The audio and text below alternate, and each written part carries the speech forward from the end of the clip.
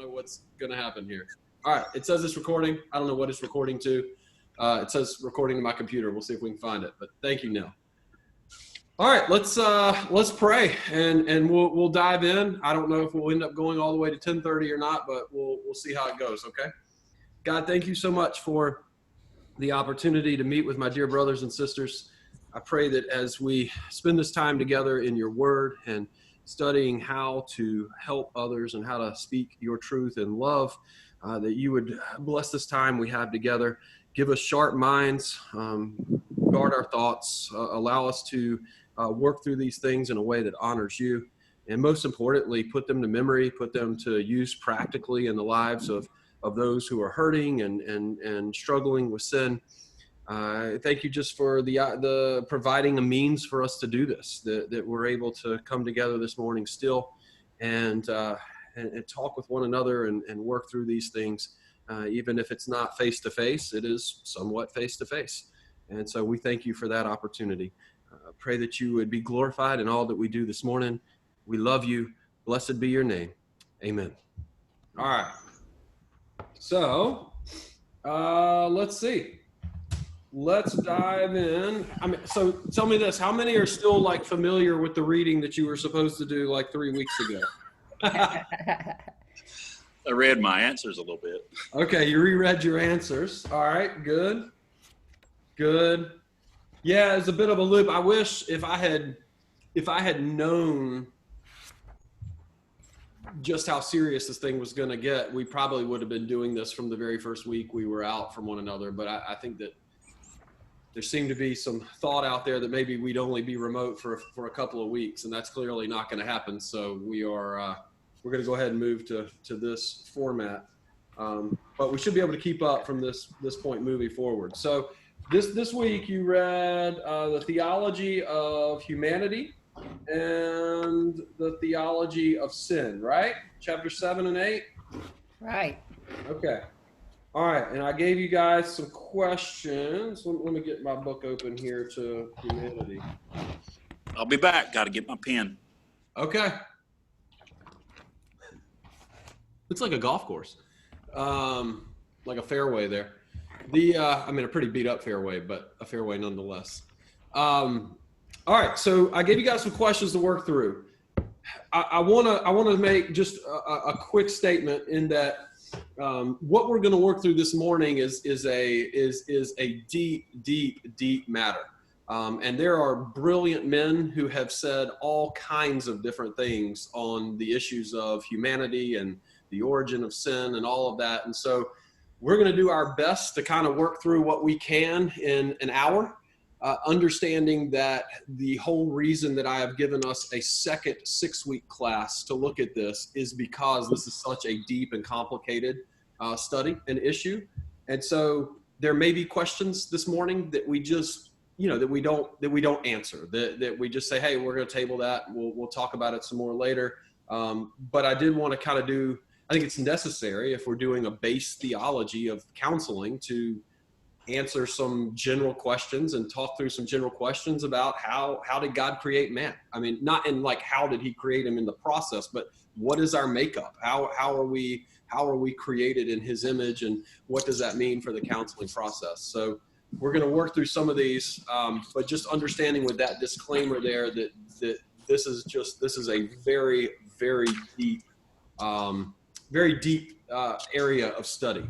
It's an area of study that I love, and I'm always learning in it. And so, anyway, so we'll get to it more in depth in the class that comes after this one.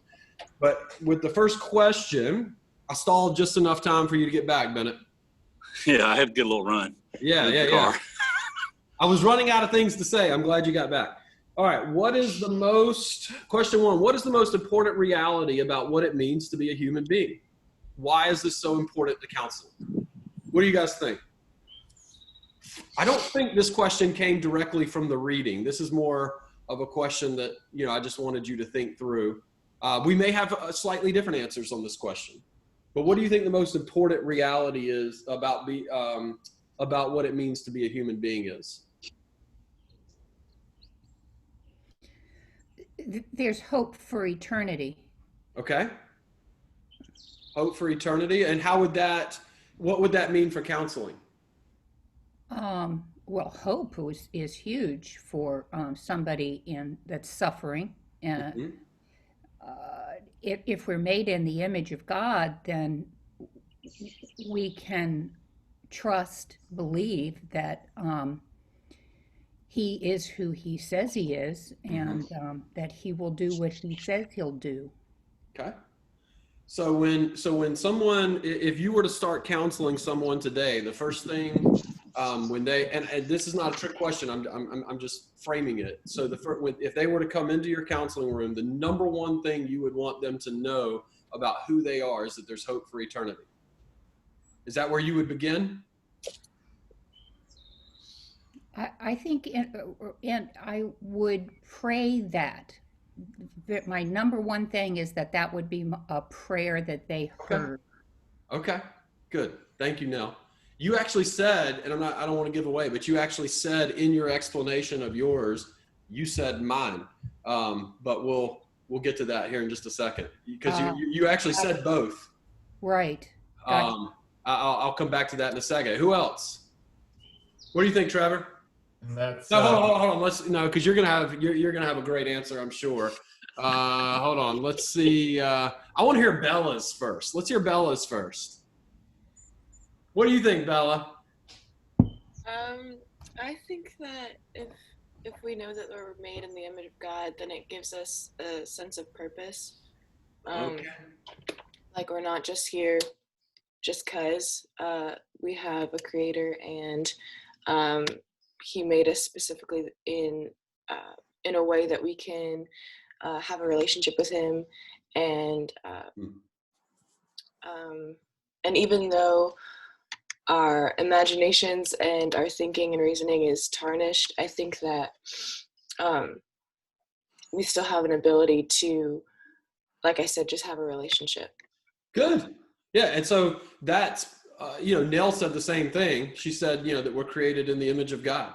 And for her application, I think, is that means that we have hope for eternity. Your application is that we have opportunity for relationship, right? Have you, Bella, I know you've said in a few of our counseling sessions as an advocate, have you heard me go through the whole image of God thing, purpose? I don't think so. Okay. All right. I was just curious. Okay. Good. The image of God. All right. Trevor or Bennett, now that we've done ladies first. That's what I put, image of God. Okay. What's your It's a application? longer answer, but that's essentially. Yeah. What's your application? Why does that matter in the counseling room? So we're created to bear his image, I've heard reflect, reign with, relate to, you can get all that. But our greatest goal, our greatest need is to be redeemed, to bear his image. And so everything's going to point back to how do we get there? Okay, good. And we don't have to have everybody answer every question or we won't get done in an hour. But since everybody else has answered, Trevor, why don't you hit us with yours, brother? Okay. So Lambert does mention the image of God on 184 to 188 or so. Okay. Yeah. And I think that's a key component to it. But I think it fleshes out in the fact that because we're made in the image of God, we're savable. As opposed to an ape or a dog that does bad things, we put them down because it's an irredeemable creature.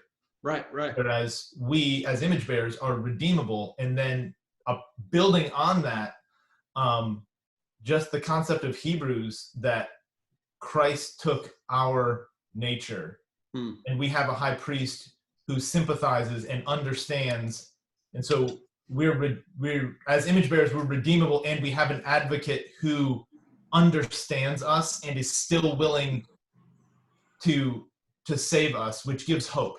Right? But maybe he doesn't know how bad I've been. No, he knows, and he understands, and he's willing to forgive you. And there's hope as an image bearer. Good. Hope for reconciliation, hope for redemption, all those things. Great answers, guys. Really good answers. One of the first, I would say I'm trying to think if there's ever been an instance where I don't do this, but I think that I can say that my first session counselee is always, always, always, what is our purpose in being image bearers of God? Like, what does that look like? The reason that I like to do that is because ultimately, and we'll go through this in week 1 of the next class, but ultimately it is to put God's greatness on display. That's why we were created. That is our purpose. And if that is our purpose, then that has to be the number one question that we answer in everything that we do, in our actions, in our thoughts, in the way that we relate to God and the way that we relate to others, is one. There's really 2 questions, but one is, so I'm talking about purpose, and then there's authority, and that's what I'll go through in every first session. So our purpose is to put God's greatness on display. Our authority is God's written word, and we have to act within those parameters, or we are in sin.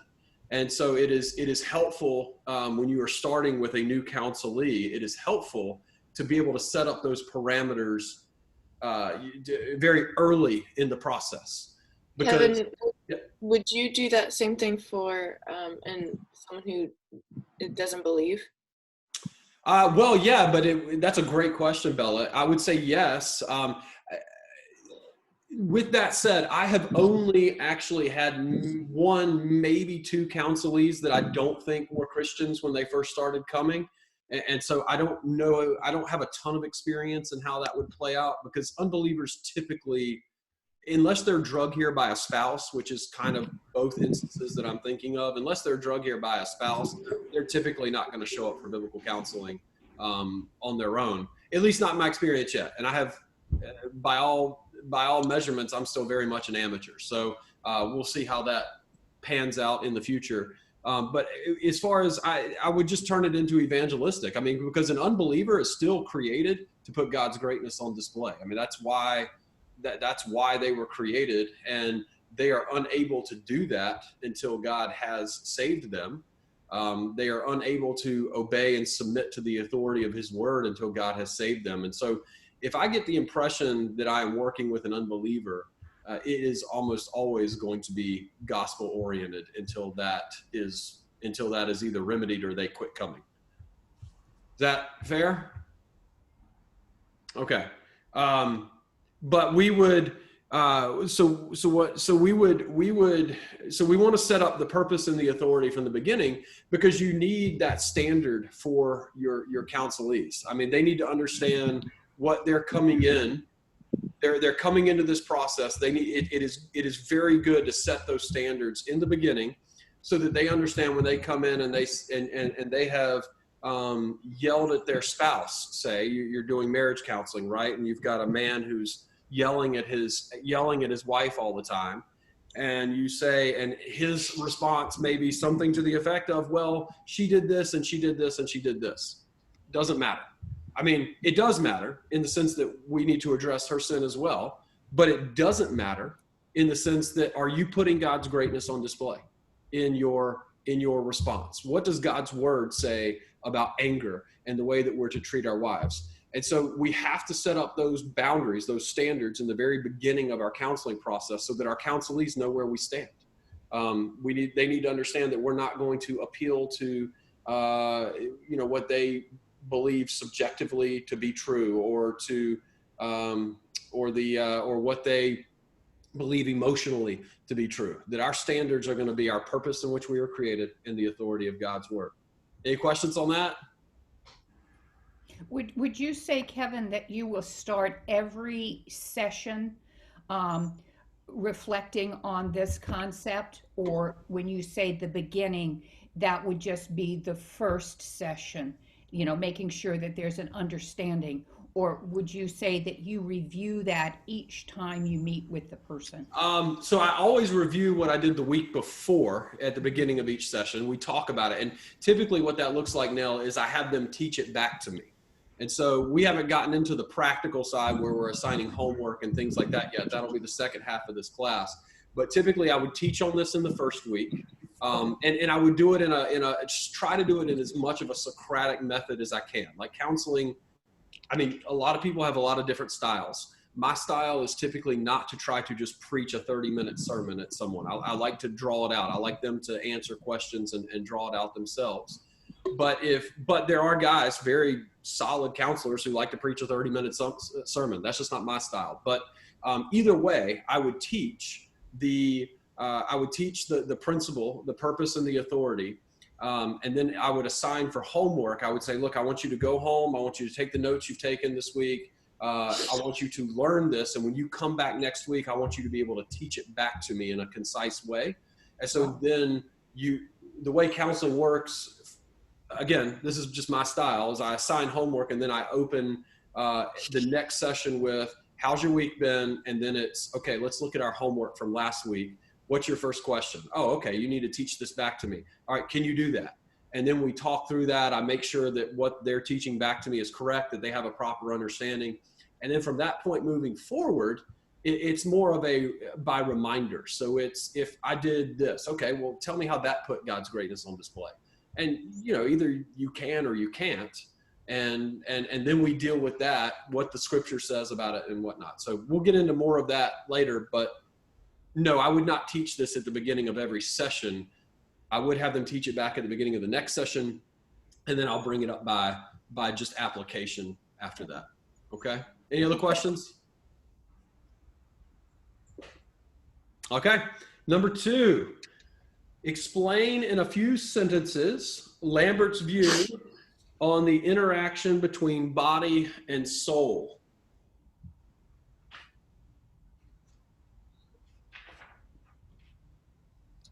So on page 191, he's talking about humanity is made with a body and a soul. He talks about the body, he talks about the soul, and then on 197, he's got the relationship of the body and the soul. So that's kind of where I was looking. But he does this whole, half this chapter is on body and soul and the relationship between the two. What do you guys think? We got a sentence there at 191. He starts off, Bible teaches about what it means to be a person is that human beings are created with 2 essential aspects. Yeah. And then I summed up 197, 198, this sentence. Lambert sees the soul as guiding or steering or initiating the body, while the body mediates the soul to the rest of the world and conveys information to the soul. Yeah. Okay. And good. I think one that's more sentence. You captured well what he said. So, all right, you guys familiar with dichotomy and trichotomy? You know what that means? Raise your hand. Not enough. Raise your hand if you know what that means. Just because it's kind of hard to see the. All right, so Bella's okay. What? Okay. So dichotomy and trichotomy means that there is. Oh, hold on. We can do this. Let me see here. One second.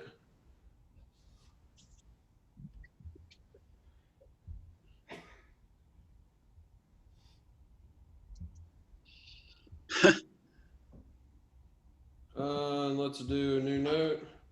All right, so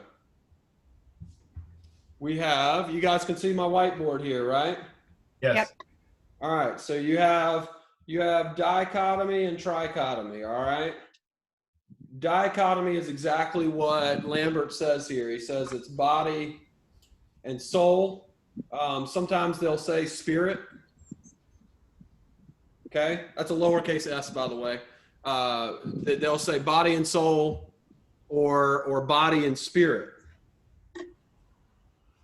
Trichotomists will say body, soul, and spirit. Okay, and again, not Holy Spirit. That's just a lowercase s there. It's capital because be consistent.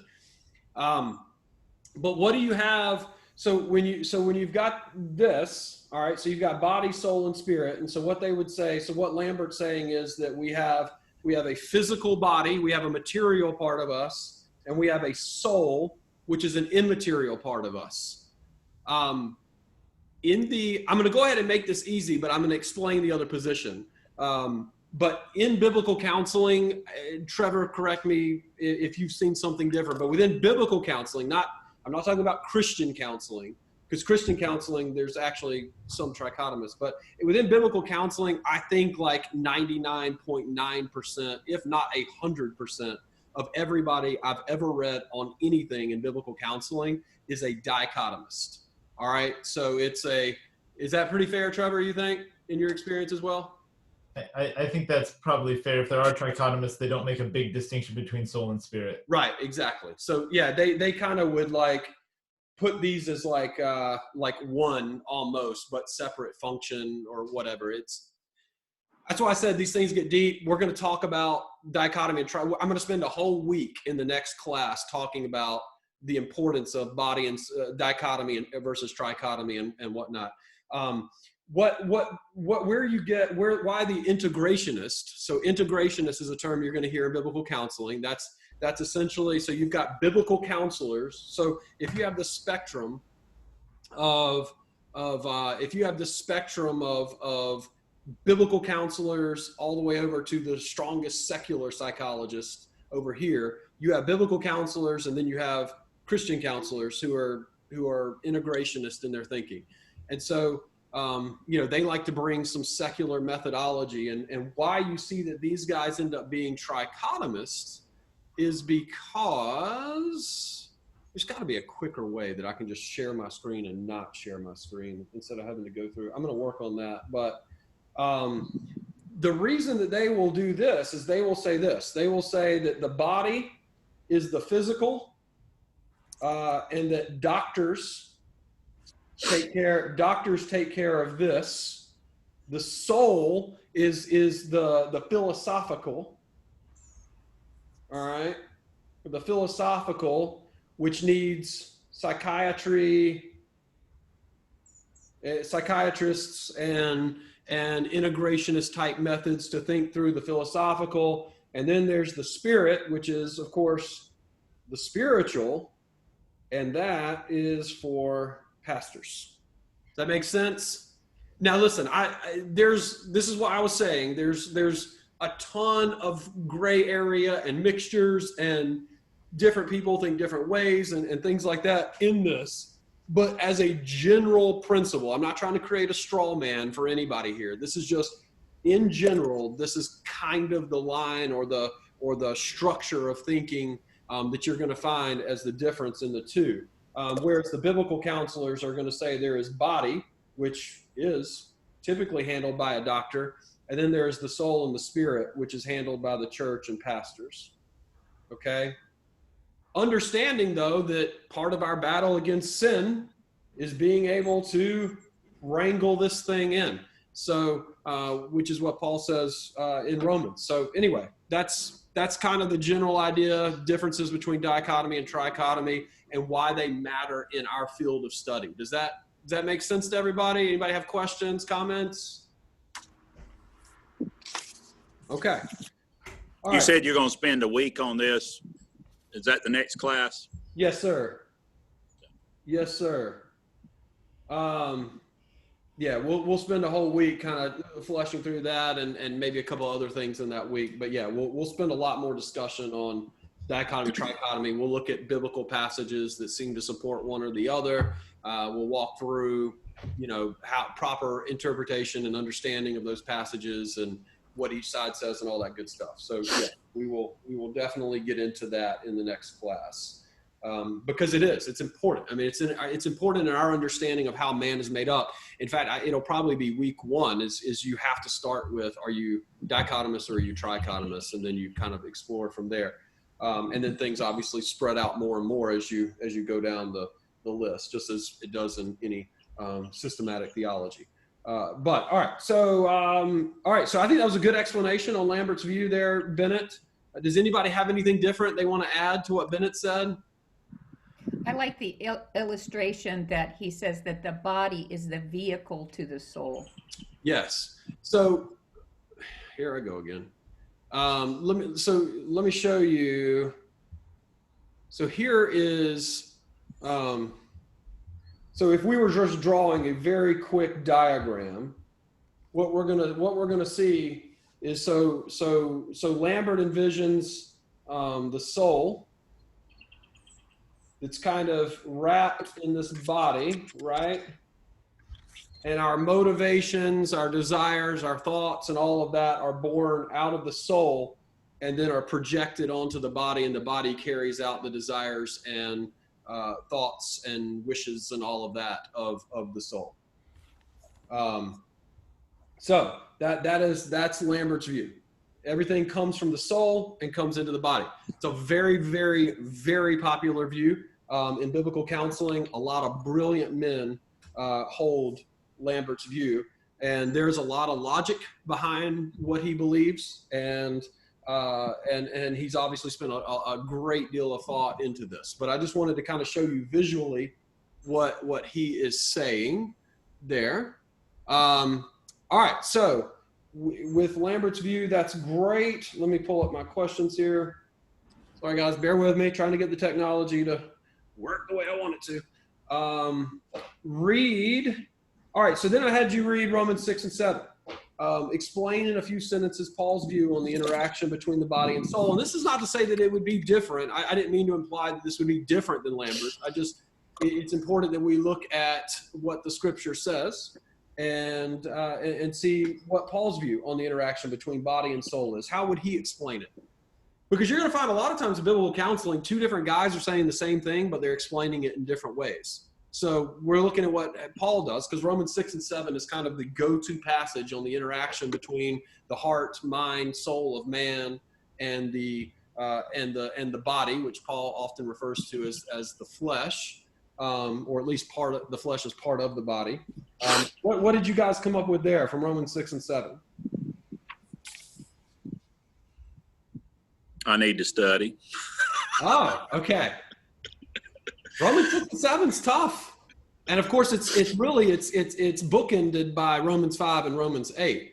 So Romans 5 through 8 are actually, one big treatise of Paul's within that book. And so you really don't want to study 6 and 7 without also studying 5 and 8. But 6 and 7 is where he gets into I was trying not to give you guys too much work to do, so I cut the bookends off. But looking at 6 and 7, does anybody have any thoughts on the interaction between body and soul, or body and spirit, or body and mind, the way he uses it there in 6 and 7? Well, I got the baptism part of it was important to me. Okay. He teaches that the body is buried with Christ through baptism into death, and we are raised to new life as we are united at regeneration. So just having, again, that vehicle of the baptism to help somebody understand the connection of life, death, soul, resurrection. Yeah, that's good. That's good. I was reading this book here. You can barely find this thing anymore. Trevor, do you like John Stott? You're muted, man. Sorry. Yeah, there's some things that I do like that Stott has written. Okay. All right. I didn't want to share this until I knew whether or not. So I've been reading. So this Men Made New exposition on Romans 5 through 8. It's actually not even in print anymore, but I found a used copy. And he makes a really good point on the baptism, Neil, that our baptism is, like, we always celebrate it as a celebration of new life, but it's also a funeral. It should be celebrated as a funeral for the death of our old self. And that there is a process in which we are celebrating the death as much as we are celebrating the life that comes from it. And I think that Paul clearly celebrates the death of the body, the death of sin, the death of sin's reign in us in Romans 6 and 7. So that's excellent. Anybody else? So I think that one of the big things that he does in here, and it's hard to articulate sometimes. Sure. People have spent their whole careers working on Romans 5 through 8. Yeah, absolutely. And but he talks about no longer being a slave of sin, and instead being we now have the freedom to obey because we are made a slave of righteousness. Good. And when we were a slave of sin, the outcome was only death. But now, which is, a physical death as well as a spiritual death. But now we're a slave of righteousness, and we don't have to serve our old master. And then obviously in the rest of the epistles, he talks about that tension of don't go back and serve an old master that you don't have to serve anymore. He can, that was, I mean, you and Nell hit right on the head, what I want you to get for this week. Now, again, we're going to explore this in a lot more detail later. But I think that a crucial part of Romans 6 and 7 is the death and new life, and we are no longer slaves to sin. We are now slaves to righteousness, as Paul says. What does that mean for our counselees? Without going into that any deeper, because we don't really need to for the sake of this particular class, what does that mean for our counselees? I think it helps them. That are believers. Excuse me. Sorry. I think it helps them understand and apply the concept of freedom, where we liberty in Christ is something that maybe hasn't been digested by somebody, but this is how you would help them understand how we are now freed from the grip of sin. Yep. This is where like Dr. Street would say in one of the classes, he said, if a Christian is sitting in your counseling room and he says, I can't not sin, or I can't do this, he says you can't let them say that. They have to change it to say, I won't. Yep. Because if you're a believer, you have been enabled by the indwelling of the Holy Spirit to be able to not do it. Yes. So if you say, well, I can't not get angry. No, you won't not get angry. Right. There's a difference. And the one, it's a matter of blame and responsibility. And if I can't, then it's not really my fault. I just have to deal with it the best I can, Yeah. So excellent. So when we have a counselee, Trevor, who comes in and says, I am addicted to cutting myself. Can a believer actually say that? They can say it, but they're wrong. Yes. All right. And so that's, and yes. And I mean, that's obviously not how we would present it to them necessarily. So, yes, I know, you know that. I'm just for the sake of everybody else, but yeah, I mean, the idea is that the believer, if you are in fact counseling a believer, there is no longer an enslavement to sin. And so the word addiction is actually not even in the Bible, but some people will say, well, the word addiction's not there, but slave is. And so you could use the word enslavement. But what Paul's teaching in Romans 6 and 7 is that for the believer, we are no longer enslaved to sin. And there is no way to partially serve two different masters. You are either a slave to righteousness or you are a slave to sin. If you are no longer a slave to sin, you are now a slave to righteousness. And so when we're dealing with counselees who say, just like, I mean, there's not a lot of point in me expounding on what Trevor said because he said it very well, is that if you have a counselee who comes in and says, I can't stop doing something, he's right. I mean, the way that you would say it is no, you won't stop doing something. But if you are in Christ, if that is true, if you are in Christ, then you can absolutely stop doing this. I mean, God has said you have been set free from the enslavement to sin. And so it becomes an issue of now we're talking about a battle between the soul and the flesh, not a battle of, or not a non-battle at all, or a lack of battle. And so I know that can be a little bit jarring for somebody who has never heard that language before. Do you guys have any? Well, one, you may have heard it before, but two, do you guys have any comments or questions on that? I have something. Yeah. So I fully get and agree with I can't. Well, I would say, okay, you're still an Adam. That's your master if you're going to stay there in slave sin. And if I won't, a Christian can say that. Well, I guess in Adam they'll say I want to. Sure. But are we saying that I don't have the definition of addiction in front of me, and I don't automatically think addiction means I can't? But are we saying addiction is really a lie if for Christians? Yeah. Yeah. I mean, absolutely. To Now, use listen, that term the way it's so used listen. most. I mean, it's a crutch or something to escape. Somebody's Yes. trying to use. Yeah, it's not my Because fault. you can have victory. Yes, because you can have victory over it. You're not enslaved. Now, let me throw in a So we're qualifier, equating though. addiction with slavery. Yes. Yeah. Enslaved. Okay. If you're Okay. addicted to something, you're enslaved. Now listen. Here's where the language could get a little bit muddy, though, and it could be okay to use. I mean, so if I have a counselee come in and they say they're addicted to something, I'm gonna hear addicted to mean something different than what they think that addicted means, because there is the science, and now we're talking about the body. We're talking about the fallen body and the flesh. There is a lot of there. In fact, I've got a good friend who's got a PhD in biblical counseling, and his primary study is in neuroplasticity. And essentially what he is studying is the idea behind the scientific, the fleshly idea behind that the brain creates pathways based on the habits that it's used to.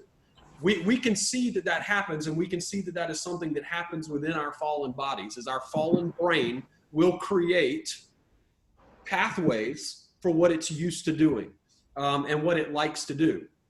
So Habit doesn't. You were to come in and say, addiction. hey, this guy clearly has a whatever. Let's take drugs, because that's an easy one. Let's take substance abuse. And the guy clearly, his flesh, his body, clearly has a chemical dependency upon what he's taking. We can't ignore that. Okay, we can't ignore that. Yeah. But what we can teach is that it doesn't have to, that it can be retrained. And that's where you get into, and we're going to talk about, again, I hate to keep saying this, but we're going to get into this more, but the body can be, because we see in language that Paul uses, that I buffet my body, that I wrangle my body, that I 1 Thessalonians 5, that I learn to control my body. And so there are, for the believer, there is the option of being able to recreate new pathways. You can battle those. Now, why that's important though in those pathways is that if I'm dealing with an addict and we're dealing with substance abuse and being aware of that, I'm not going to say the first time he comes in, my homework is not going to be, or my expectation is not going to be, you have to be completely clean the next time you come in, or you have to stop completely or don't come back, which is the method of some, and maybe there's some validity to that, but I'm trying to understand and empathize with the fact that, like, he has new pathways that are made. He has an addiction in the way that I understand it, in that his flesh, his body has been trained in a certain way to expect certain things or to be dependent on certain things. And so the journey of changing that is those pathways were built over a period of time, and it will take a period of time to break those down. And that's okay. If I'm dealing with a guy who's, you can really see this in pornography addiction. I mean, there's a guy I've got, this book right here for you guys who are counseling, and I'm not saying it's not a girl thing, but it typically is a guy thing. Wired for Intimacy: How Pornography Hijacks the Brain. So this is a Christian biblical counselor who wrote this, but he doesn't write it. He's not giving another biblical treatise on pornography. There's a lot of those written. He's a neuroscientist who is writing on how the brain is actually affected by addiction and by pornography. And so there is a process in which we would love to see them just never look at it again, right? You come in for counseling one meeting and that's the last time you ever look at pornography, but it just doesn't work like that. Boy, that'd be a miracle. Yeah, it would be a miracle. And in fact, it would be a miracle if there was never that tension ever again for the rest of their life. I mean, it doesn't matter how good the counseling is. There's certain things, there's certain damage. That's why it's important not to ever do it to begin with. and why a lot of my counseling and working with young men is preventative more than it is even trying to work with them after the fact, is because if they come in and they've got this rewiring in their brain, that these neuro pathways have been built for expectation and things like that, it's just not going to end overnight. I mean, and so we start looking for progress, you know, and we start looking for opportunities to rebuild those pathways, understanding that it's not going to happen overnight. So it helps our expectations as counselors. And so I don't want you guys to walk away. So everything that Trevor said, everything that I've said regarding Paul in Romans 6 and 7 is absolutely correct.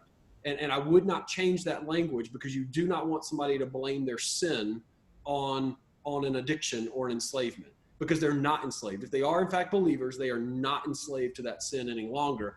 But you have to understand that the body has desires and can be conditioned to do certain things, whether good or bad, and that we have to we have to be patient with that as counselors in our understanding of what the world or the secular world or even our counselees would understand as addiction, because to them that's the way they see it. We know better, and that's our job as counselors to teach in a loving and kind way that that's not the case, that they're not Gentle restoration. Yeah, that we can in fact beat that. We can change that. We can use the spirit that God has given us to overcome, the pathways in the brain. So anyway, any other? I think you have to articulate that there is hope today. So, for instance, a guy comes in with opioid dependency. Mm-hmm. If he quits cold turkey today, he will die. Yes. His body will shut down and he will die. Right. However, he doesn't have to sin anymore with opioids. Like, but wait, I thought if he stops, he dies. What does he do? Because sin is born, and this gets into more nuance. Sin is not in the physical body as much as it is the heart. At the spiritual level. And so if he goes into a doctor and says, "Doctor, I want to get off of this," and the doctor says, "Man, you're taking a whole lot. We're going to dose you down to get you off of that," I think that guy can reasonably say that he's not sinning in his taking of an opioid, that someone else, the same dose, would be considered a sin, because the motivation of his heart is, I'm trying to get off of this. I'm trying to avoid this. Sure. It's a little bit more difficult. And that's the easy example, right? Yeah, I was going to say, I think it works with drugs, of course. The harder example. Dose somebody down off of pornography. Sure. Now, but the thing is, for that guy, if he never looks at it again, he will not die. Correct. So, and the scriptures indicate that there's no temptation that's taking you but such as common to man, and God is faithful that will provide a way of escape. There's never a situation you're in where you must sin. Good. It could be that the cost of getting out of it is so tremendously high that you're not willing to pay it, but you never have to sin a second time. Good. Thank you, Trevor. That's a good articulation, man. Appreciate that. Keep in mind that the worst thing we can do is sin. So it's better to die. Anyway. Yeah, but I think Trevor makes a good point. No, I in agree. A situation where even you would die, I mean, you can go to a doctor and get prescribed opioids, and then you're taking something that's been prescribed by a medical doctor, not taking something selfishly and outside, and you're taking it with the purpose of getting off of them, not with escape or pain relief or whatever. So I think good example, especially with the drugs. That's a whole nother rabbit trail, but it's a good opportunity to talk about why it's so important for biblical counselors to develop relationships with biblical doctors that you can work with and send people to and things like that you can trust. So, which I've already begun doing with a few here in Wilmington, and am happy to, make those connections as our counseling ministry grows at Cornerstone, because we'll need guys like that. We'll need trusted doctors that we can send our counselees to in certain cases, such as possibly opioid addiction or something like that, which is a big deal in Wilmington. But, all right. Did anybody do, let's see, how much time do we have? What do we got? We got 10 o'clock. Well, we kind of already answered number 5. How would you address a counselee with strong habitual sin? I mean, that's kind of the discussion we just had, right?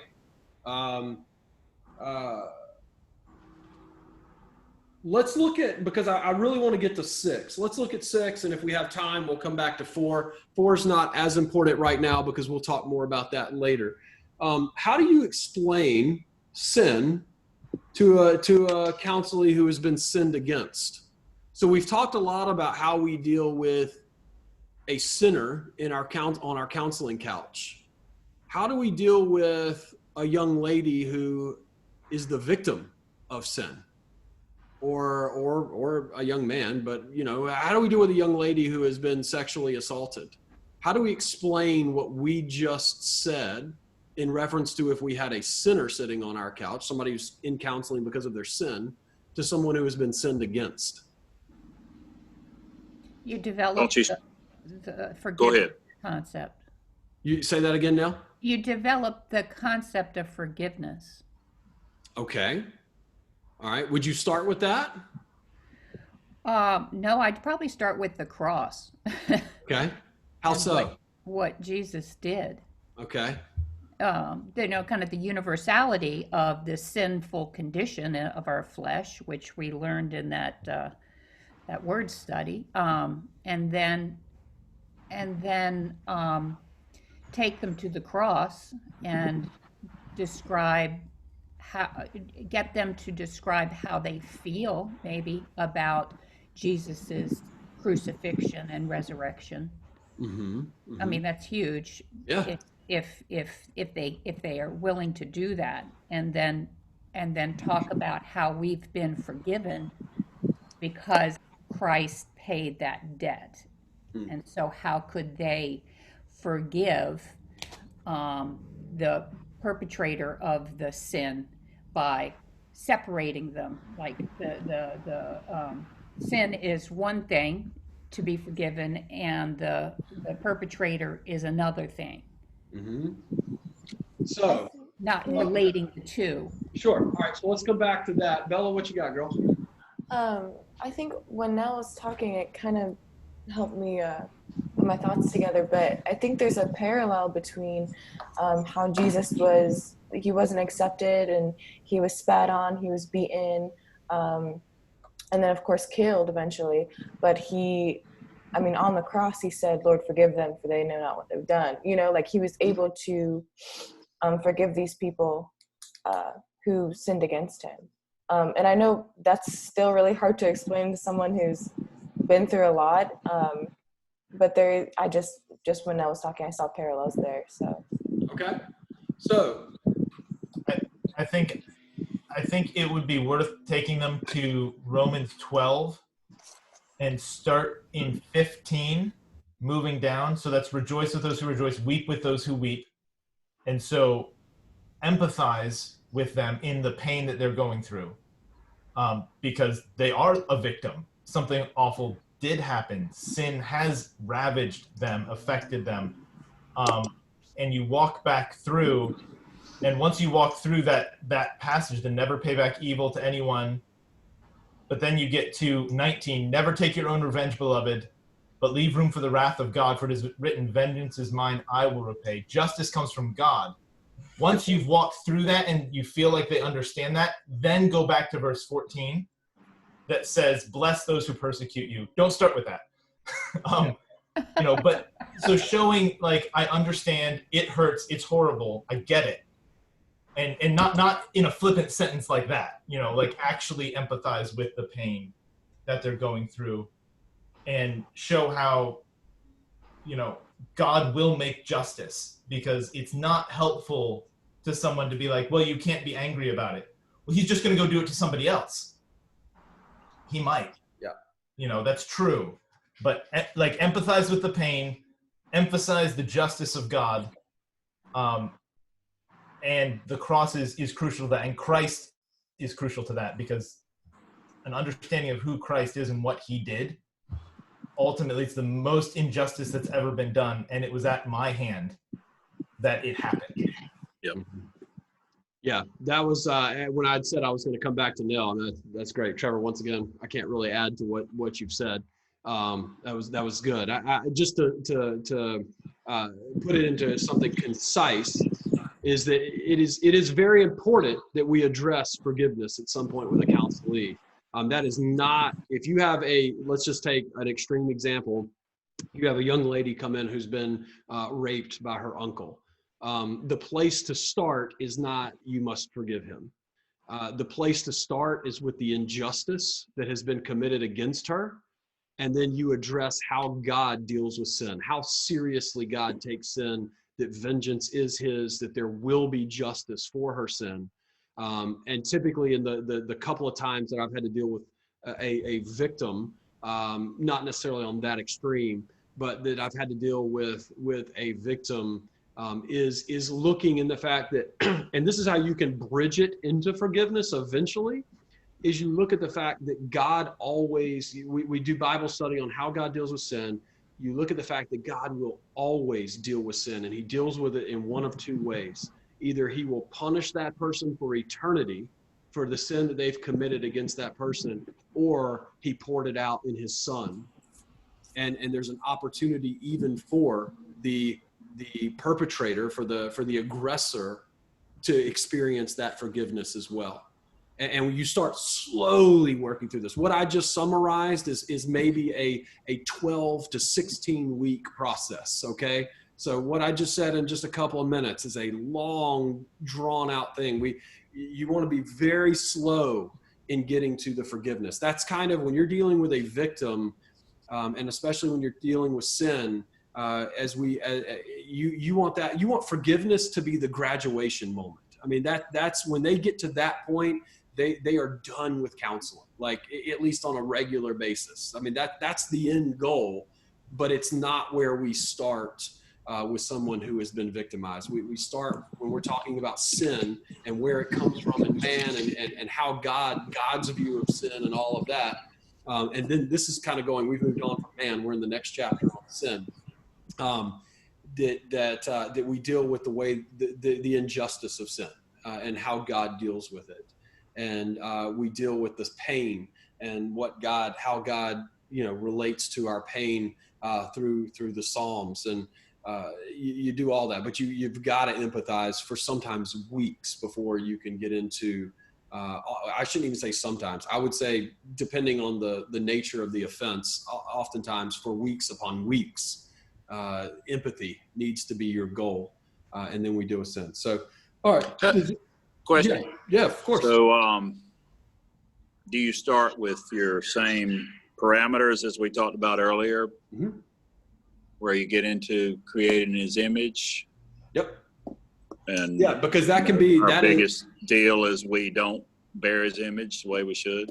Yeah, because you can take that in two ways. I mean, one, you can use that to encourage the counselee if they are in Christ. You can use that to encourage that despite what has happened to them, God has still created them to put his greatness on display. They are still an image bearer of God, because a victim is going to feel dirty, ashamed, gross, violated. And so we want to start rebuilding that you are still created in the image of God concept with them. And then you can use it on the other side in that, I mean, what this person did to you, it certainly did not put God's greatness on display, and that's going to be dealt with.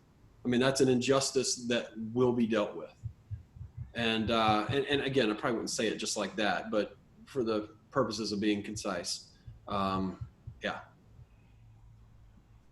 What do you think, Bennett? Does that make sense? I'm still thinking. I don't know. I can be too blunt or too. Yeah. Well, I'm thinking on the far end, and I think I mentioned this a couple of weeks ago, but I often think everyone's sin against me is nothing compared to my sin against God. Mm-hmm. So if I'm holding on to, you get to the point where you're starting to talk about forgiveness and they're not giving on it, then I start going down that path, the unmerciful servant, or mm-hmm. I've got a few illustrations in mind, but we have to come to the place where you can't sin against me like I do against God. Mm-hmm. And to say, I can't forgive them, you're making yourself greater than God. Anyway, I'm just you got to be. So you're also bringing up kind of a funny practical thing. men in counseling tend to be very good at, our strengths tend to be very good at dealing with sin. And People who what? dealing with sin, and ladies typically have special giftings in dealing with empathy and suffering. And so one thing I can encourage you in is that if we have plenty of counselors trained at Cornerstone and we have to deal with a young lady who has been violated in such a sense, you will not be the choice for the counselor, and neither will I. I wouldn't start there, but I would also. Neither will I. I'd want a lady to talk to. Well, we do want to be aware. Like, we want to be aware because you may be helping teach counseling methodology at Cornerstone at some point. So we have to be able to teach it, and we have to be able to talk about it. But from a very practical sense, out of this group that we have right here, if I have a young woman come in who's been raped, they're going straight to Nell or Bella. And not to me or you or Trevor, most likely. So not that there won't be some oversight and things like that and working together. I want our counseling team to be a team that works together on everything. But as far as who they're in the room with, we'll probably use ladies for that type of thing anyway. But I feel like it's easier to say to a guy what Bennett just said, which is yes. What you have done to Christ is far worse than what anyone else has ever done to you. Yes. And I'm thinking too, dealing with someone that you've already talked through, you've spent the time, and they're adamant, they're holding on to it. And at some point, the gentleness gets firmer. Anyway, but isn't it like it's not early on. But wouldn't it? I feel like it'll be more beneficial for them if they come to the conclusion and walk in that aha moment where they say, I was thinking about it, and I was thinking, think about what I've done and what Christ has forgiven me for. How can I not forgive him? You go, now you get it. As opposed to just telling him, be like, okay, so that's what I'm supposed to do. I'm supposed to forgive this jerk because that's what I'm supposed to do. And Bennett, I understand what you meant. I know you didn't mean that would be session one. I know that. I was just saying. But he made a good point, though. I can. Well, go ahead and finish yours. I'm sorry. No, you go ahead. You're fine. Go ahead. No, you come back to. I'm sorry. I'm thinking of too many things at once. Traffic jam. Trevor made a good point about in general, I guess, praying and asking and leading in such a way that it's rather than being told bluntly, plainly up front. They own it a lot more, and it's more gentle in that regard. Mm-hmm. Presented that way. Yeah, that was a very good point. All right. Does anybody have any closing? We're not going to get to that last question, but that's fine. We're going to spend plenty of time. Hold on to your answer for that. What was the last question? Word study on desires of the flesh, passions of the flesh, and what you think that says about. I don't remember exactly how it was worded, but we'll spend plenty of time on that in the class that follows this one.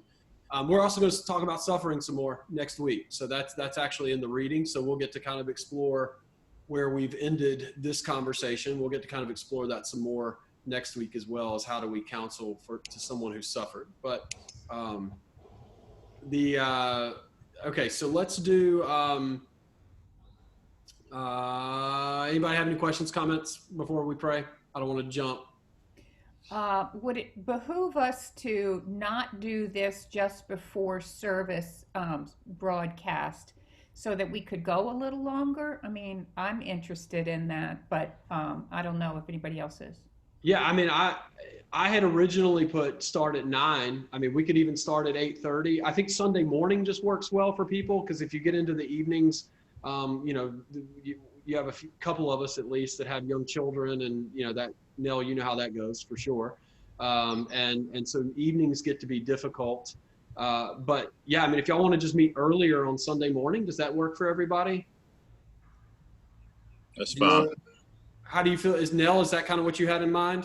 Sure. I mean, whatever. I just I enjoy this a lot, and it seems to be now that we have the flexibility of doing it at home. Yeah. Maybe we don't have to rush out. Okay, let's do 8:30 next week. Are you guys good with that?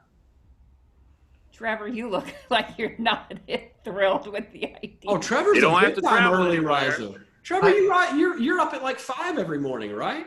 I'm up at like 5:30 or 6 every morning. Yeah. Because my kids are up at 5:30 or 6.